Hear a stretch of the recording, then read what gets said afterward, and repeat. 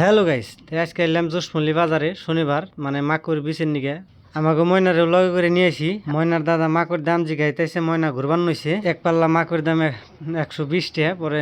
আর এই যে বাইরে ময়নারে চিনে ভিডিও দেখে থাকে, পরে কথা টথা কইলো মাকু। এখন এক পাল্লা মাপ পার দিলাম বেড়ারে, বেড়া মানে এক পাল্লা মাকুই মাপতাইছে।